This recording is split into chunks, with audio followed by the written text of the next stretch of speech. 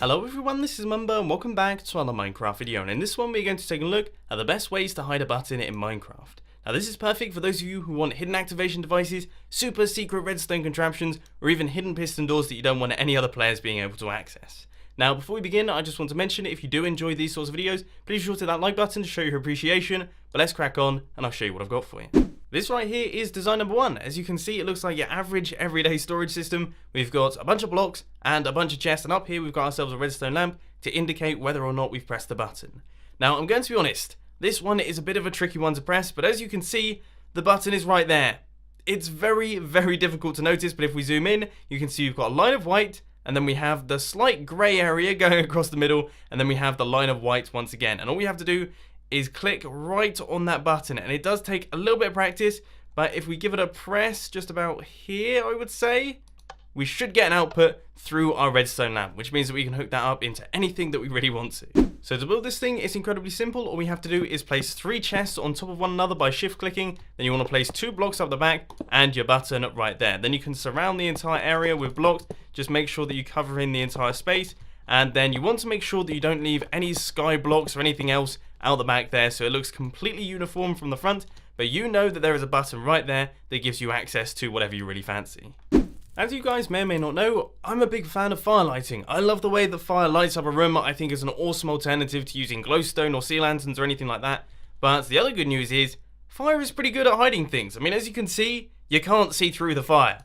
But we can right click through the fire, which means that if we just pop on over to this fire over here and right click somewhere around here, we press our button and that activates the redstone lamp, which as we all know means that we can run that into a piston door or some form of secret redstone device. Awesome.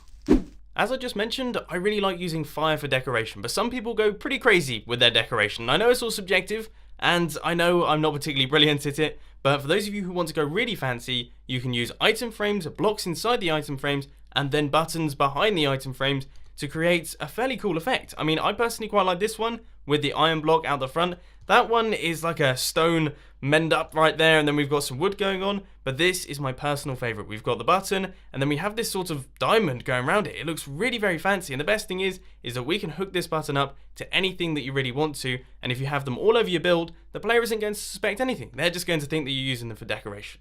If you live in a ravine or a cave or even the nether, this option right here is probably a very good option for you. As you guys know, there's lava streams all over the place, and they flow from various different areas in those sorts of spaces, and the cool thing is that, well, lava is completely opaque. You cannot see through it, you're not able to see anything past it, which means that we can place a button behind this thing, but of course we can still click on it, which means that we can still activate redstone contraptions. Just wear some gloves while you're doing it, because, well, that's gotta hurt.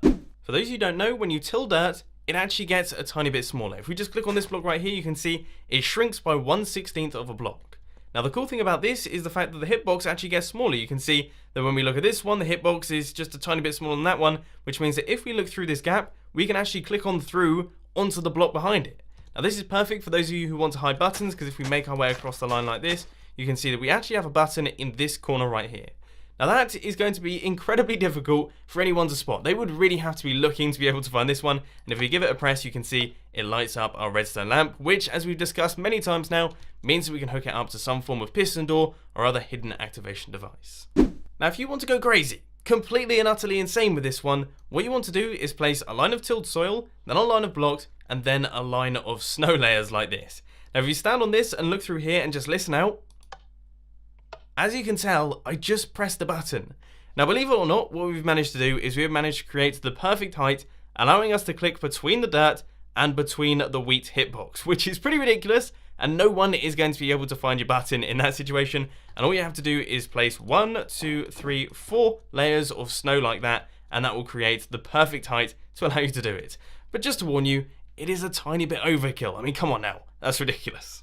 Speaking of doing ridiculous things with snow, say for example you're creating a crazy mountain peak, or you want to create an awesome glacial area or some form of snowy hillside, and you're placing in all your layers of snow, and of course it's pretty good fun. You can do all sorts of different things with snow, and all you want to do is leave a tiny gap like this, just one block with a tiny little gap right there, and what that means is you can peep through that gap and press a button, which of course gives you access to a redstone contraption. I would say the secret to this one is not making it too obvious. So the block that you're going to stand on is going to be 2 layers of snow.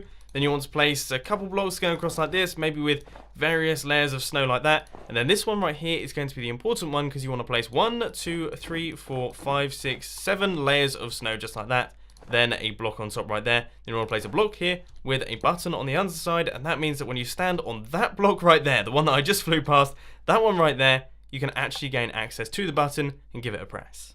2 things. Number 1, this is for those of you who are a little bit lazy and you don't fancy placing a bunch of blocks. Number 2, this is my artist's impression of a cliffside wall.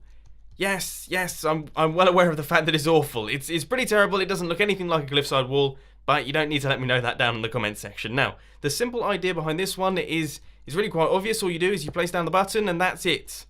You place the button, the stone button, on a stone wall and just hope that nobody notices it's there. Now, I know that sounds ridiculous, but if we take a step back here, it's very difficult to know that there's a button now. I mean, really, if you were looking at that, would you tell me there's a button? Probably not. You probably haven't noticed it. It's actually quite difficult to spot. The only thing is that of course if a player does spot the button, then they have just gained access to your redstone contraption, whatever that may be hiding. So maybe that's something to keep in mind. I know what you're thinking. Mumbo, what on earth is that thing right there? You know what? I would have asked the same thing. It just looks like a large item frame to me, but apparently that's what a map of a void world looks like. This is something that I didn't realise, but it actually looks quite cool. I sort of want them dotted around my base. But the best news is that the hitbox of an item frame comes to about here. However, the map fills the entire block, which means that if we just look through this corner, we can actually press the button, which will activate the redstone.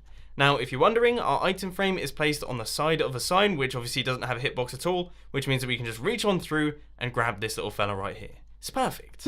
This next one's in a fairly similar vein to the map's idea, but the painting is just one of those blocks in Minecraft that everyone knows you can walk through. There has been countless secret entrances and loads of different videos made on it, so I thought I'd quickly cover it. But you place a painting, then your 2 fence gates, and then you've got yourself a button. There we go, bada bing bada boom, you've got yourself a hidden activation device. For this one, I thought I'd get a tiny bit creative. Let me know down in the comment section if it's completely ridiculous. But here we have a rather nice looking table, we've got a bunch of carpets surrounding it, and we've got a bunch of blocks around the bottom. And then if we take a look here, we've got a gap with a button down there. Now it is noticeable, you would be able to notice that, but you would have to be looking out for it. I mean, if a player's just walking past, they're not exactly going to be spotting that sort of thing. And the way that you do it is actually really very simple. All you have to do is place a little redstone block down the bottom there, regular piston facing upwards, then you need blocks going all the way around like this, block down on the bottom, your button, and then all of the carpets covering all of the various different bits and pieces. I don't know if this one's good or not, I just quite like the idea. The enchanting table is another one of those blocks in Minecraft that has quite a small hitbox. We've got quite a big gap between these 2 blocks right here, but the good news is that it also has a book on top, which means that it completely obstructs the view of the button that is behind it. But as you can tell, we can still give it a press. Now this is a very simple design. All you have to do is place an enchanting table, surround it by blocks, then leave a block gap, and then place your button out the back. Before you write it down in the comment section, yes, I am well aware of the fact that you can see a button right now. It's right there. You give it a press, it extends the piston, it's perfect.